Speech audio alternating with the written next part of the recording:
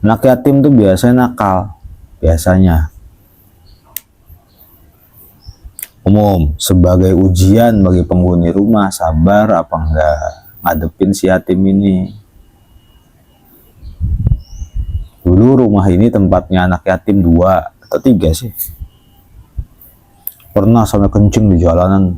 Di jalanan. Kalau kemana-mana nggak pakai baju. Kalau dibilangin melotot. Dibilangin tuh melotot. Sampai nggak sanggup merawat anak yatim tuh, pengen diserahin kemana lagi nggak ada yang terima.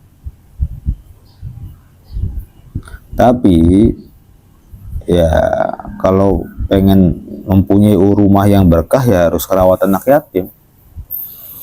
1 atau 2 lah. Ahabbu buyutikum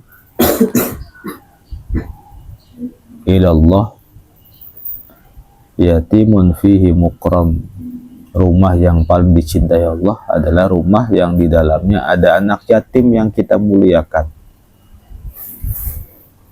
Jadi anak yatim bukan kita suruh-suruh, tapi kita muliakan. Psikologisnya adalah setiap anak disayang sama ayah dan ibunya.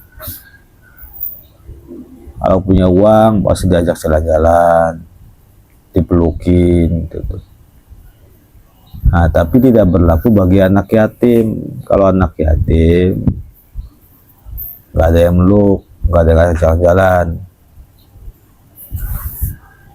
Maka apabila kita bisa menggantikan posisi ayahnya, bagus. Menyayangi dia sebagaimana ayah-ayah yang lain gitu.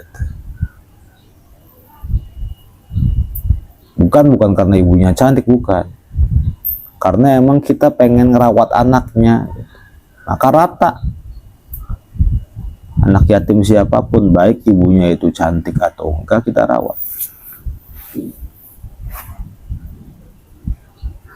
Nah, nanti kelak Rasulullah Shallallahu Alaihi Wasallam mengatakan, ana kawakafilul yatim kahatain. Saya dan penjamin orang yang penjamin anak yatim itu kelak di surga seperti ini, akan bergandengan gini.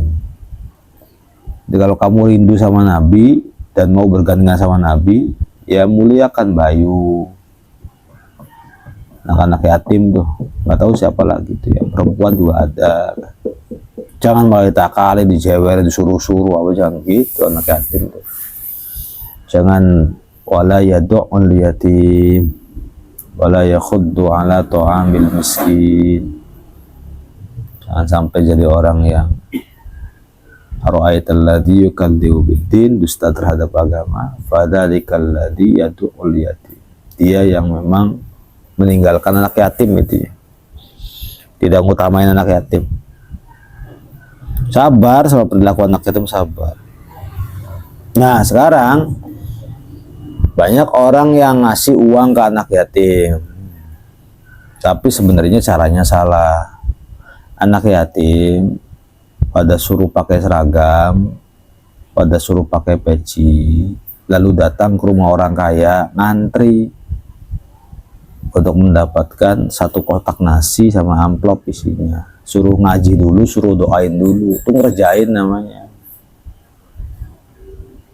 Orang kaya yang seperti ini itu ngerjain anak yatim, memanfaatkan anak yatim buat citra sendiri. Jangan dipanggil anak yatim, kamunya datang ke rumahnya satu persatu, obrol sama ibunya, diajak jalan-jalan. Anaknya tuh, ke mall yuk, masa suruh ngantri doa bersama, capek-capean denger ceramah apa-apaan gitu. Kamu anak-anak kamu digituin mau nggak mau kan, suruh ngantri. Anak kita kan dimanjain, diajak keluar kota, bisa nggak ngajak anak yatim begitu tuh, bisa nggak? Jangan cuma anaknya sendiri baik. Karena anak yatim itu butuh perhatian dari orang tua.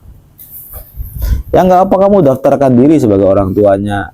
Bayu tak anak yatim tak siapa kan? bisa menjamin kasih uang setiap hari, setiap minggu. Dia ngelunjak ya bodo amat. Dia ngelunjak bukan urusan kita.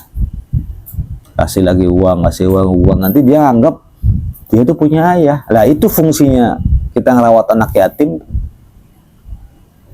menyertakan diri kita sebagai ayah dia, bukan ngerjain dia, suruh nganti, nyanyi-nyanyi, yel-yel, apa-apaan, barengan, ini ngerjain.